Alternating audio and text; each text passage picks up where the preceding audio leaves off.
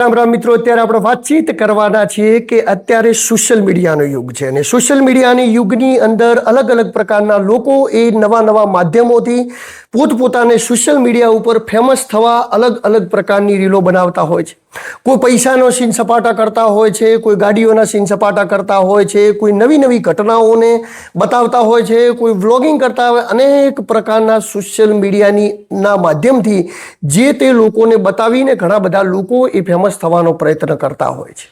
આવા જ એક ફેમસ યુટ્યુબર જેમનું નામ છે રચના ગુજ્જર, હારે એવી ઘટના ઘટી કે એઓ ઘણી બધી રીલોની અંદર પોતાના દાગીનાને બતાવતા હતા. દાગીના બતાવીને પોતાના જોડે જે દાગીના છે, જે જ્વેલરી છે એનું અભિમાન પણ કરતા હતા અને આવા ઘણી બધી રીલોની અંદર એ દાગીના બતાવી અને લોકોને એવું કહેતા પણ નજરે પડે છે કે જો મારા જોડે કેટલા દાગીના છે અને મારા જોડે કેટલું બધી સંપત્તિ છે.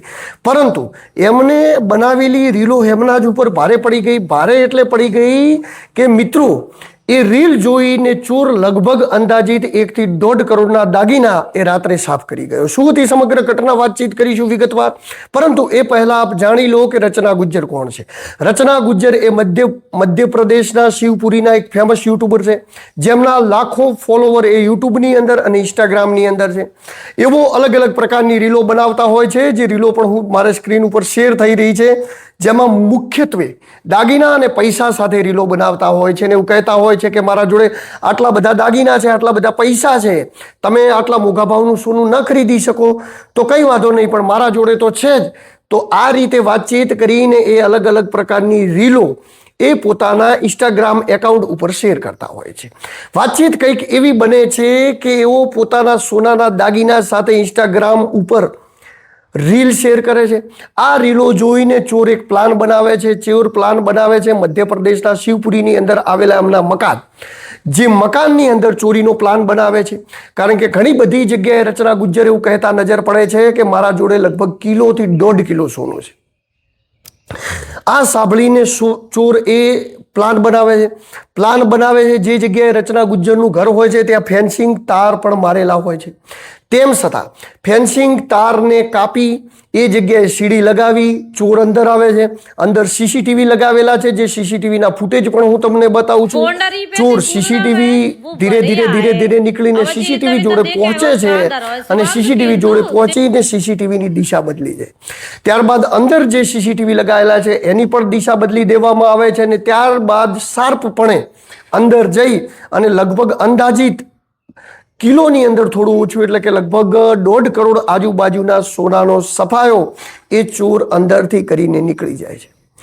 ત્યારબાદ પોલીસને જાણ કરવામાં આવે છે. પોલીસ ઘટના સ્થળે પહોંચે છે. ઘટના સ્થળે આવીને પોલીસ સીસીટીવી તપાસે છે. ત્યારબાદ રચના ગુજ્જરને પહોંચે છે તો પોલીસને જાણવા મળે છે કે રચના ગુજ્જર એ અલગ અલગ પ્રકારની રીલો બનાવતા હતા. અને કેવી રીલો બનાવતા હતા એ પણ હું તમને બતાવી દઉં. તો મિત્રો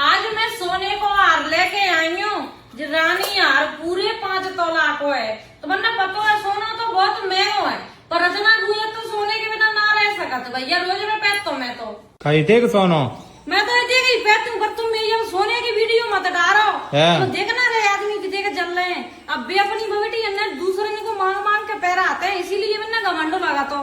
तो તમે જોયું રચના ગુજ્જરે અલગ અલગ પ્રકારની રીલો બનાવીને દરેક રીલોની અંદર પોતાના પૈસા અને સોના ચાંદીના દાગીનાનું ખૂબ મોટા પ્રમાણની અંદર બતાવતા હોય છે ને લોકો જોડે અભિમાન કરતા હોય છે. તો આ જે સોનાના દાગીના બતાવતા હોય છે અને જે કરતા હોય એના લીધે ચોર એ રીલ જોઈ અને ચોરને એવો અંદાજો આવી જાય છે કે આ ઘરે સોનાના દાગીના છે અને એ લોકો ચોરી માટેનો પ્લાન બનાવે છે.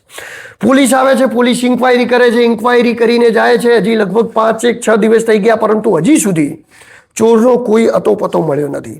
કારણ કે સીસીટીવીની અંદર ચોરનો ચહેરો સ્પષ્ટ દેખાતો ન હતો. ચોર એ બહુ સાવધાનીથી આવ્યો હતો અને સાવધાનીથી આવી અને હાથ સાફ કરીને ચોર ત્યાંથી નીકળી ગયો. હવે જોવાનું રહ્યું કે આવનારા દિવસોની અંદર આ મામલે પોલીસ તહેકીકાત કરી અને ચોરોને કેટલી જલ્દી પકડી શકે છે. પરંતુ મિત્રો એક કહેવત મને આ તબક્કે યાદ આવે છે કે આપણા જૂના જમાનાની અંદર આપણા વડીલો એવું કહેતા હતા કે સોના દાગીના પોતાની પ્રોપર્ટી હંમેશા સંતાડીને રાખવી જોઈએ, હંમેશા છુપાઈને રાખવી જોઈએ, એને લોકોની સામે ન લાવવી જોઈએ.